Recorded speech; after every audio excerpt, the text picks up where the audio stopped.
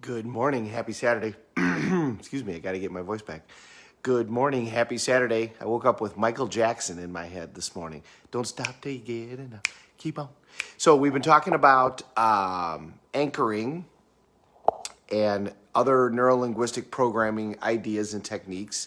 So, what did you find yesterday? Did you find that there's anchors all over the place? Did you find any? Did you use any music? Did you watch any commercials and decide that this is how they did this? This is how they anchored you to this product.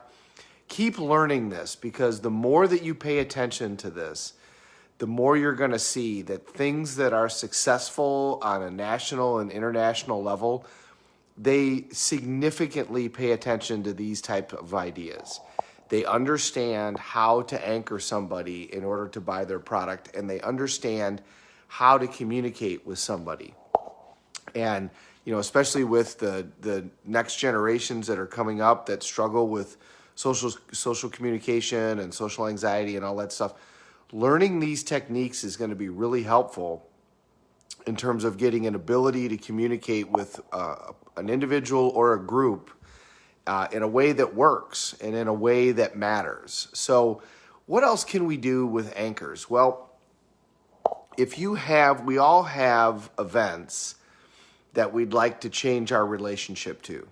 And that's an anchor, okay? So if you have a bad breakup, if you have, a history with a family member, if you have even a trauma, even a sexual trauma, if you have a car wreck trauma, if you have, a bad relationship with a parent, and you'd like to kind of get past all of that, these anchoring techniques are a great way in order to do that. And the system for doing that is basically this. First of all, you got to get leverage, okay? You've got to ask yourself, what is it going to cost me if I don't change? What is it going to cost me if I continue to live this way?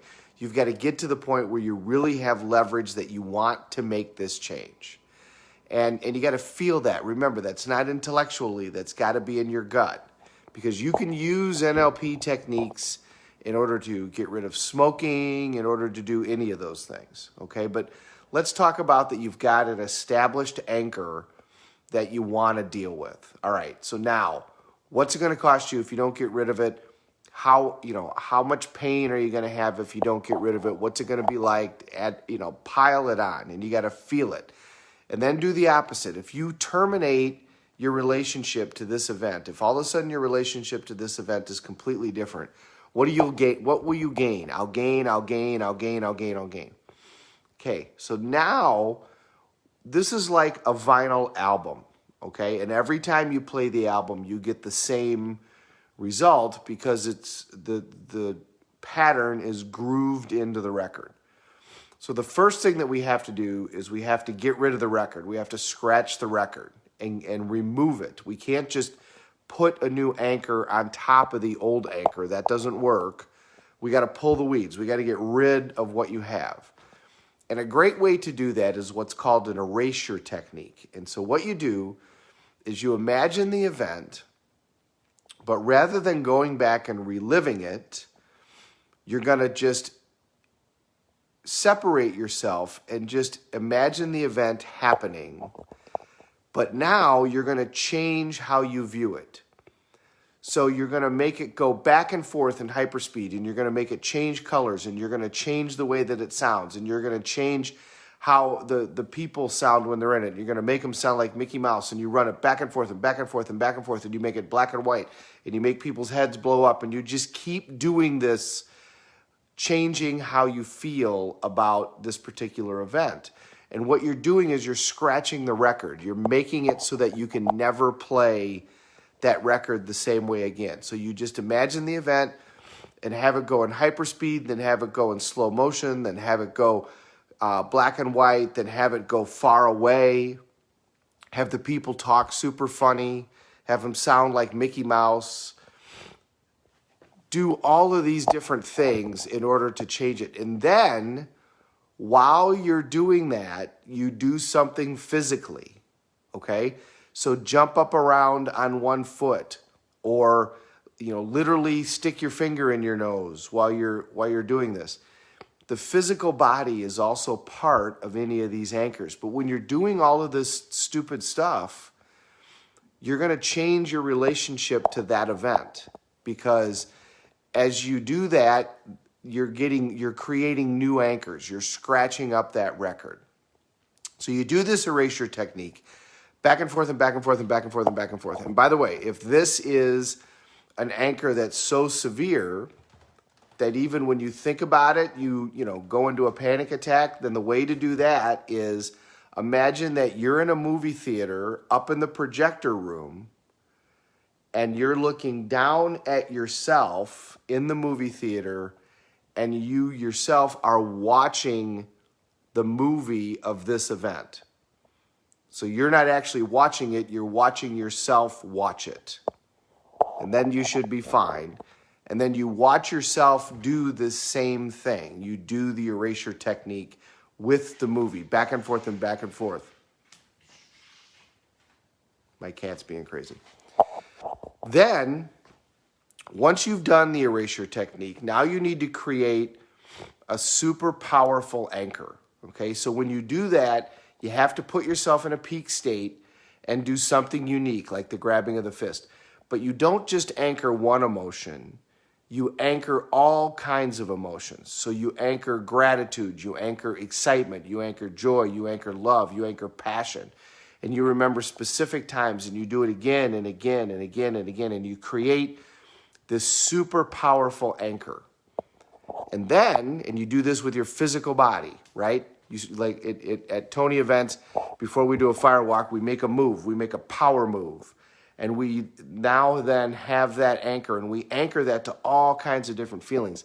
And then we have that anchor, and we can use it for anything. We can use it for all kinds of stuff, whatever we want to use it for. So now, after you've done the erasure technique, you've got this great anchor, which you can do the anchor before if you want. That way you have it. There's nothing wrong with that. Then you think about the event and fire the anchor. Think about the event, fire the anchor. Think about the event, fire the anchor. Think about the event, fire the anchor. And you're going to feel completely differently about the event. And if you don't feel like you did differently, then do it again. This is new. This isn't something that you've done ever before, but it's very worthwhile. And I mean, the first time you rode a bike, you didn't know how to do that either. What we'll do as trainers is we'll do the erasure technique, and then we'll put the event in one hand, and we'll do all the modalities. So what does it sound like? What does it look like? What color is it? What does it feel like? We'll put it all in one hand. And then we'll put the powerful anchor in the other hand. And we'll go back and forth and back and forth and back and forth.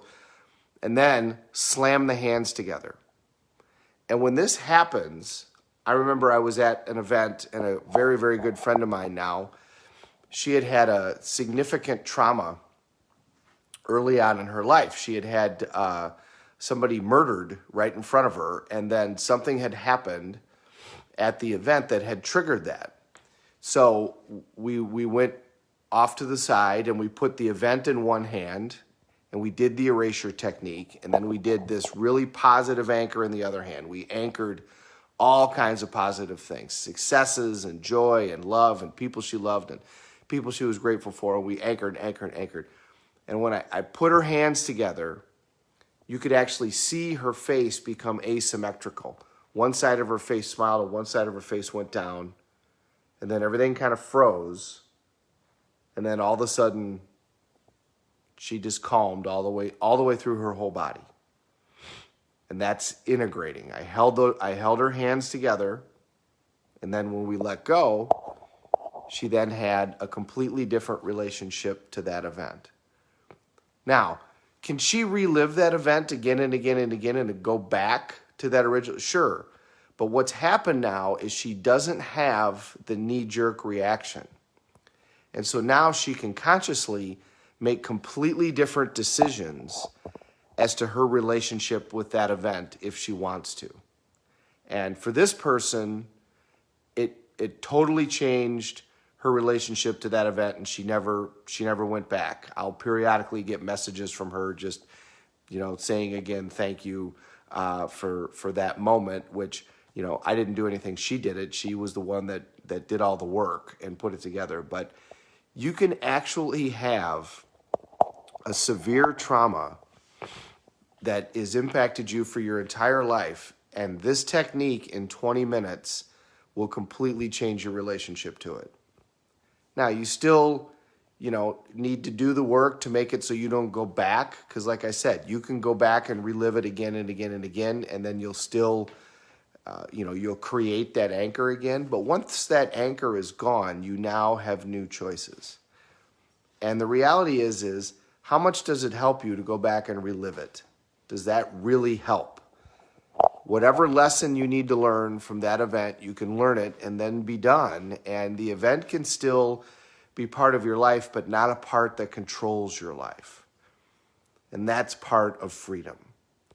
So this is an incredibly powerful technique. It's incredibly useful. You can do it on your kids. You can do it on anybody. And here's the thing. We are anchoring and being anchored all the time, all day long. So why not do it intentionally so it helps you with your life as opposed to having somebody else do you? Remember, you can either design your own life or you can be part of somebody else's design for theirs. Let's design our own. So my book, the book that I wrote a chapter in, Flashpoint Turnaround, is on Amazon and it's for sale. It's $3. I would love it if you would go and buy it. If you have the time, that would be great. We're trying to get it so that we get on the Amazon bestsellers, which you got to do within the first weekend or something. And the other thing is, it's good. There's several chapters on people who do turnarounds, and they're great stories. The book is well done. So if you get a chance, I'd love it if you go on Amazon. It's called Flashpoint Turnaround, and I will put up my link so that you can see it. So the first book is actually on Amazon and out. So that's kind of exciting. Have a great day, everybody. Thank you so much for watching. Great to see you. We're all in this together. Let's take care of each other.